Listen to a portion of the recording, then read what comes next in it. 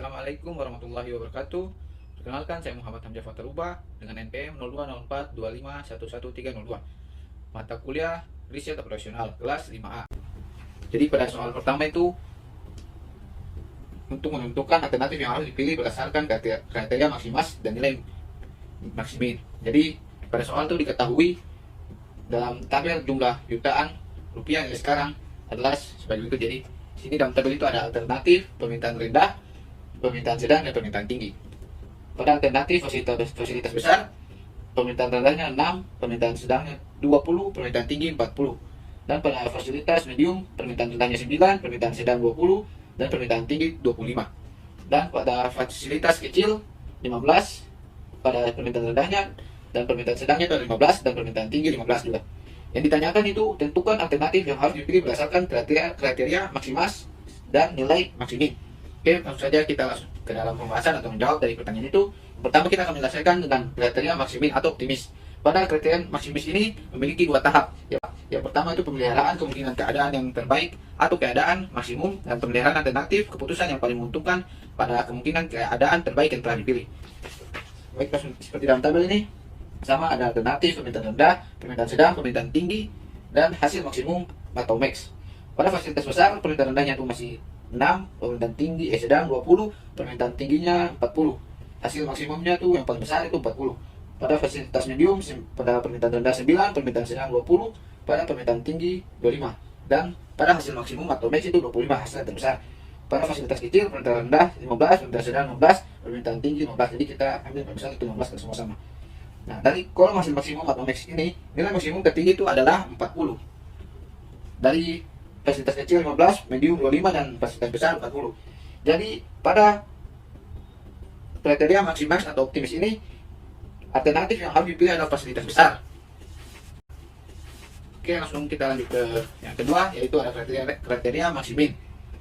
Kriteria maksimin ini juga memiliki dua langkah. Yang pertama itu temukan hasil minimum dari setiap alternatif atau baris, dan yang kedua itu pemilihan alternatif keputusan yang paling menguntungkan dari seluruh kemungkinan terburuk yang telah dipilih dalam maksimin atau maksimum minimum. Oke, langsung saja di sini tabelnya. Yang pertama ada alternatif fasilitas besar, fasilitas medium, dan fasilitas kecil. Permintaan rendah, sedang, tinggi, dan hasil minimum atau min. Jadi pada fasilitas besarnya itu permintaan rendah 6, permintaan tinggi 20, sedang 20, dan permintaan tinggi 40. Kita ambil nilai terkecil atau paling minimum, yaitu 6. Kemudian fasilitas medium, permintaan rendahnya 9, permintaan sedang 20, permintaan tinggi 25. Hasil minimumnya itu 9, angka terkecil yang paling minimal. Fasilitas kecil, permintaan rendahnya 15, permintaan sedangnya 15, permintaan tinggi 15, dan hasil minimumnya itu 15. Dari kolom hasil minimum ini, nilai maksimum yang tertinggi ada yaitu 15, yang merupakan hasil dari alternatif fasilitas kecil. Jadi kesimpulan yang diambil dari kriteria maksimin ini, berdasarkan kriteria maksimin, alternatif yang harus dipilih itu adalah fasilitas kecil, karena dia memiliki nilai maksimum tertinggi yaitu 15. Oke, kita masuk ke dalam pembahasan soal kedua. Jadi di sini diketahui jarak tempuh tiap-tiap pendamping tim, yaitu pada tabel di sini ada tim 1, 2, 3, dan 4, dan lokasi A, B, C, dan D. Dan pada lokasi tim 1, lokasi A 210, lokasi B 90, lokasi C 180, lokasi D 160. Pada tim 2, lokasi A 100, lokasi B 70, lokasi C 180, lokasi D 200, dan tim 3, lokasi A nya 175, lokasi B 105, lokasi C 140, lokasi D 170. Dan lokasi tim 4 itu lokasi 4, lokasi A 80, lokasi B 65, lokasi C 105, dan lokasi D 120. Jadi yang ditanyakan di sini itu bagaimana panitia mengatur tugas keempat tim ini, tim pendamping, sehingga total jarak yang harus ditempuh minimum. Oke, langsung saja kita lanjut ke dalam penyelesaian. Jadi langkah pertama yang harus kita lakukan yaitu menyusun tabel jarak dari permasalahan yang disajikan. Kita membuat tabel seperti ini. Setelah langkah 1 selesai kita membuat tabel, kita lanjut ke langkah kedua, yaitu mencari jarak terpendek atau nilai minimum untuk setiap baris. Kemudian kita menggunakannya untuk mengurangi semua jarak yang ada pada garis atau baris yang sama. Seperti pada tabel di sini. Kita mencari nilai terpendek atau nilai minimum. Pada tim 1 yaitu minimumnya itu 90. Diambil dari nilai terkecil yaitu pada lokasi B. Pada tim 2 nilai minimumnya itu 70. Dan diambil dari lokasi terkecil yaitu pada lokasi B dengan nilai 70. Tim 3 nilai minimumnya itu 105, dan diambil dari lokasi terkecil yaitu lokasi B dengan nilai 105. Dan tim 4 nilai terkecilnya itu 65, dan diambil dari lokasi terkecilnya pada lokasi B 65. Kemudian kita kurangi setiap elemen dalam satu baris dengan nilai minimum pada baris tersebut. kita langsung di sini ada matrik hasil pengurangan baris. Seperti dikatakan tadi, kita kurangi setiap elemen dalam satu baris dengan nilai minimum dari baris tersebut. Pada tim 1, lokasi A nya telah berubah 120 karena kan tadi sebelumnya 210 dikurangi dengan nilai minimumnya itu 90 dapat 120. Dengan lokasi B 90 dikurangi dengan nilai 90, lokasi C yang awalnya 180 dikurangi 90 tinggal 90, dan lokasi D 70 hasil dari 160 dikurangi 90, dan lokasi dan tim 2 pada lokasi A 30 itu hasil dari pengurangan 100 dikurangi dengan 70 yaitu nilai terkecilnya nilai minimum. Kemudian lokasi B 70 dikurangi dengan 70 sendiri dan dapat hasil 0. Lokasi C dari 130 dikurangi dengan 70 menghasilkan nilai 60, dan lokasi D 130 hasil dari pengurangan 200 dikurangi dengan 70. Kemudian tim 3 pada lokasi A nilai A nya 70 hasil dari 175 dikurangi dengan nilai terkecilnya itu 105. Kemudian lokasi B 0 yang dimana 0 itu dapat dari 105 dikurangi dengan 105 sendiri. Lokasi C 35 didapat dari 145 dikurangi 105. Lokasi D 65 didapat dari 170 dikurangi 100. Dan tim 4 itu lokasi A 15 didapat dari 80 dikurangi dengan nilai terkecilnya itu 65. Dan lokasi B 65 dikurangi dengan 65 menghasilkan nilai 0. Lokasi C 40 dari 105 dikurangi dengan 65. Lokasi D 55 didapat dari 150 dikurangi 65. Kita lanjut ke langkah ketiga, yaitu memastikan setiap kolom telah mempunyai nilai 0. Apabila ada yang belum, kita tentukan nilai terkecil kolom tersebut, kemudian nilai pada kolom tersebut kurangi dengan nilai terkecilnya.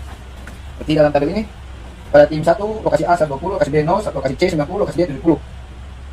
Tim 2 lokasi A 30, lokasi B 0, lokasi C 60, lokasi D 130. Tim 3 lokasi A 70, lokasi B 0, lokasi C 35, lokasi D 65.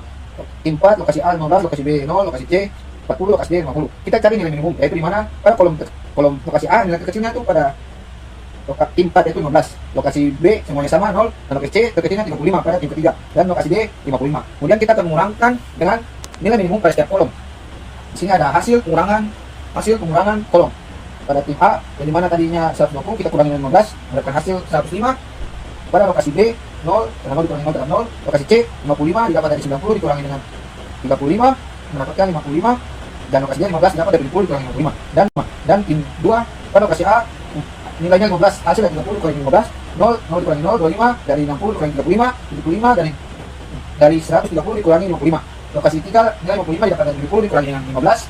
Lokasi B 0 dikurangi 0 0, dan lokasi C dapat nilai 0 karena 40 dikurangi 35 dikurangi 35 sama dengan 0, dan lokasi D 10 dari 65 dikurangi 55. Dan tim 4 lokasi A nya itu 0 karena 15 dikurangi 15, lokasi B nya 0 kurang 0 0, lokasi C dari 5 dari 40 dikurangi 35, lokasi D 0 dari 55 dikurangi 55. Oke, kita masuk ke langkah keempat, yaitu menentukan penugasan optimum. Praktisnya adalah melakukan tes optimalisasi dengan menutup semua nilai 0 dengan menggunakan garis vertikal atau horizontal seminimal mungkin. Dengan cara kita menarik garis minimum horizontal atau vertikal untuk menutupi semua angka 0, yang dimana jumlah garis harus sama dengan jumlah baris satu kolom, yaitu 4 untuk mendapatkan solusi optimal. Ini di sini ada matriks dengan garis. Pada tabel ini kita bisa katakan belum optimal. Jumlah garis pada baris itu ada 2, tidak sama dengan jumlah baris kolom yang hanya ada 1. Seperti yang dikatakan tadi, jumlahnya harus sama untuk dikatakan optimal. Kemudian kita masuk ke langkah kelima, yaitu merevisi tabel. Karena kan tabel pada langkah keempat tadi belum optimal, kita lakukan revisi tabel matriks dengan cara kita tentukan nilai terkecil yang tidak tertutup garis. Bisa lihat di sini, nilai terkecil yang tidak tertutup garis itu angka tertutup itu ada 105, 55, 15, 15, 25, dan 75. Kita cari angka terkecilnya itu 15. Kemudian kita kurangi angka terkecil 15 itu dari semua angka yang tidak tertutup garis. Kemudian kita tambahkan angka terkecil yaitu 15 ke angka yang berada di perpotongan garis atau tidak ada perpotongan. Pada contoh garis di atas tidak ada penambahan. Dan di sini ada tabel hasil revisi. Dan dimana kita mengurangi 105 itu dikurangi dengan nilai terkecil 15 yaitu dapat 90, 55 dikurangi dengan 15 nilai terkecil itu dapat 40, dan 15 dikurangi 15 sendiri itu mendapatkan nilai 0. Dan pada tim 2 15 dikurangi 15 adalah 0, 25 dikurangi 15 adalah 10, 75 dikurangi 15 adalah 60. Kemudian kita masuk ke langkah yang ke-6. Kita ulangi langkah ke-4, menentukan penugasan optimum. Nah, pada langkah ke-6 ini, tabel di sini bisa dikatakan optimal karena jumlah garis dan jumlah baris kolom sama, masing-masing ada 2. Maka bisa dikatakan optimal. Kita langsung ke tahap ke-7, yaitu tahap penugasan optimal. Kita mencari penugasan optimal dari matriks revisi terakhir, yaitu pada angka 6, dengan mencari baris satu kolom yang hanya memiliki satu angka 0. Lalu kita lakukan penugasan di sana. Coret angka 0 lainnya di baris kolom yang sama. Seperti di sini. Pada tim 1 kita coret pada angka 0 pada lokasi D. Di tim 2 kita coret angka 0 pada lokasi A. Tim 3 kita coret angka 0 pada lokasi C, dan tim 4 kita coret angka 0 pada lokasi B. Nilai 0 pada tabel ini merupakan simbol penugasan. Maka sini ada kita telah membuat tabel hasil penugasan optimal, di mana pada tim 1 lokasi D-nya itu 160. Lokasi D dengan jarak awal 160, dan tim 2 lokasi A 100, tim 3 lokasi C 140, tim 4 lokasi B 65. Maka dalam maksimumnya itu 465. Maka kesimpulan yang dapat ditarik itu, panitia harus mengatur tugas keempat tim pendamping sebagai berikut agar total jarak yang harus ditempuh minimum. Ini ya, tim 1 ditugaskan ke lokasi D dengan jaraknya itu 160, tim 2 ditugaskan ke lokasi A jarak 100, tim 3 ditugaskan ke lokasi C dengan jaraknya 140, dan tim 4 ditugaskan ke lokasi B dengan jaraknya 65. Jadi total jarak minimum yang harus ditempuh adalah 465 dalam satuan jarak. Oke, kita masuk ke dalam pembahasan soal yang ketiga, yaitu dengan contoh kasus itu diketahui suatu perusahaan beton memindahkan beton dari 3 pabrik ke 3 lokasi konstruksi. Kapasitas penawaran dari 3 pabrik, permintaan dari 3 lokasi, dan biaya transportasi adalah sebagai berikut. Yang telah ditulis dalam tabel sini.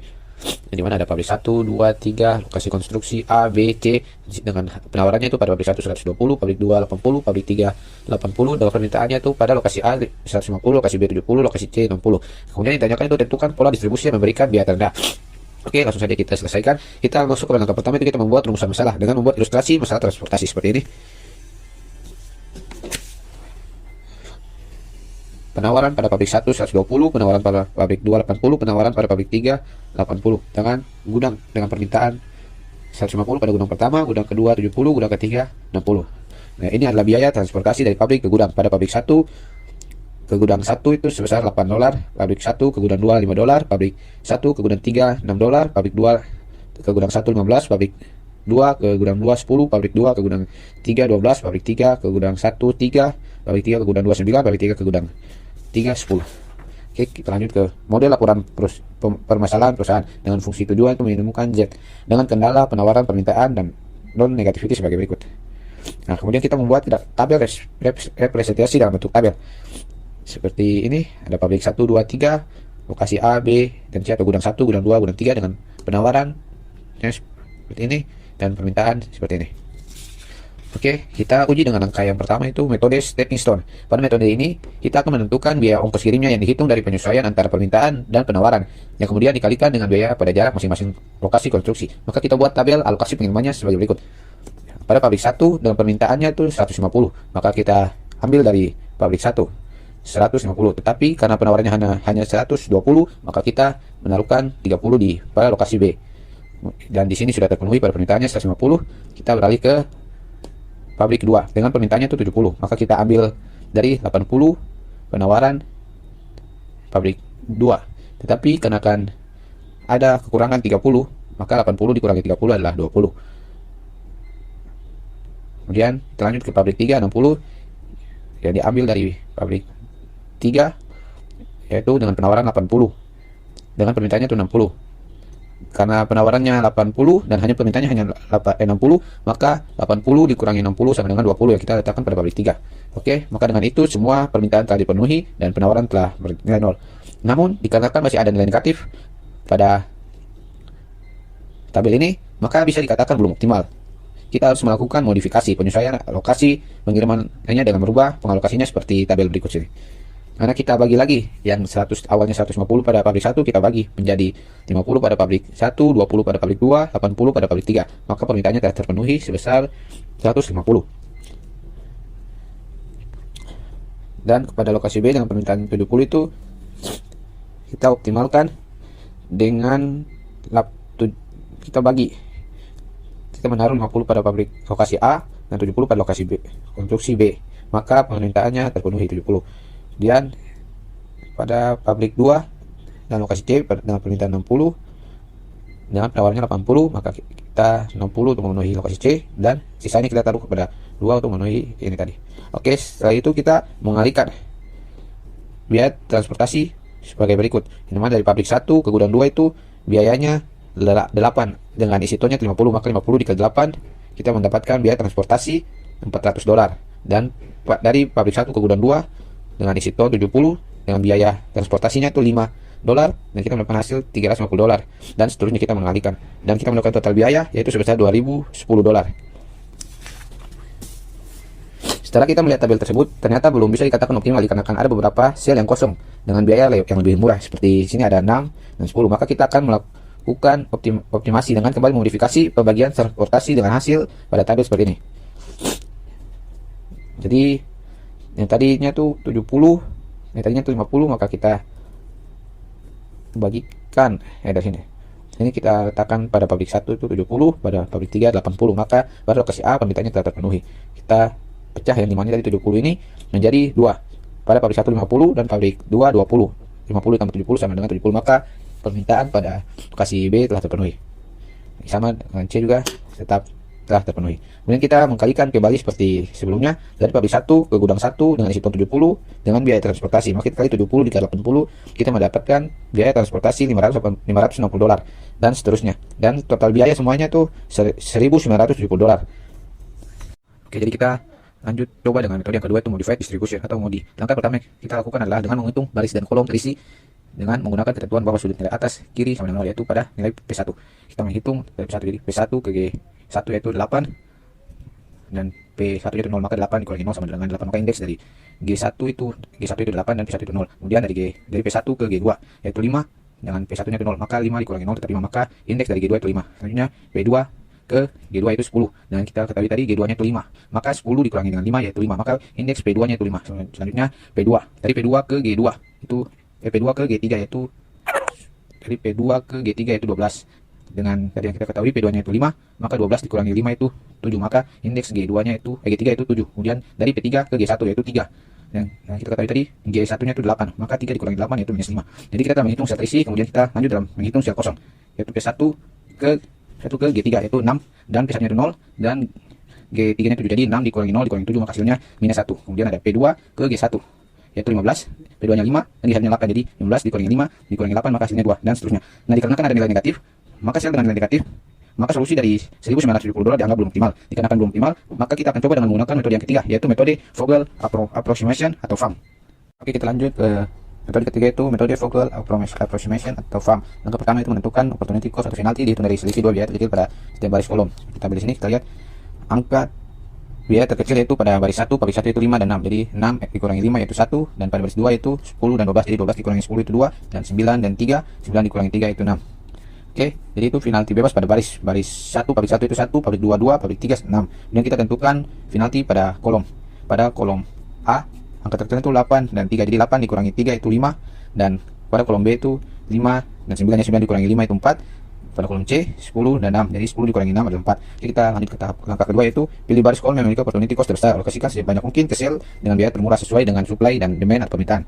Ini ada demand permintaan lokasi A dipenuhi sebagian dari pabrik 3 sebanyak 80 unit, maka kapasitas pabrik 3 habis. Jadi seperti ini, dari penuhi 80, maka dari pabrik 3 itu habis. Kemudian kita lanjut ke langkah ketiga, cek kelayakan tabel M tambah N sama dengan minus 1. Jumlah sel terisi 5. Ini 5. Tabel fleksibel layak karena jumlah sel terisi M tambah N sama dengan minus 1. Jadi ini sama seperti sebelumnya, nanti kita hitung P1 ke G1 itu 8 dikurangi 0 sama dengan 0. Dan ini hasilnya sama seperti sebelumnya. Nah, dikarenakan sudah tidak akan minus, maka bisa dikatakan optimal. Dan tetap total cost tabel itu 70 dikali 8 ditambah 50 dikali 6 ditambah 70 dikali 10 ditambah 10 kali 12 tambah 80 dikali 3, dan mendapatkan hasil $1.920. Tabel ini benar optimal kan tidak ada lagi biaya yang negatif. Berarti yang kita katakan tadi, dengan biaya distribusi terendah yaitu sebesar $1.920. Dengan demikian metode VAM merupakan pendekatan terbaik dalam menentukan solusi permasalahan transportasi karena lebih cepat dalam mencapai optimal.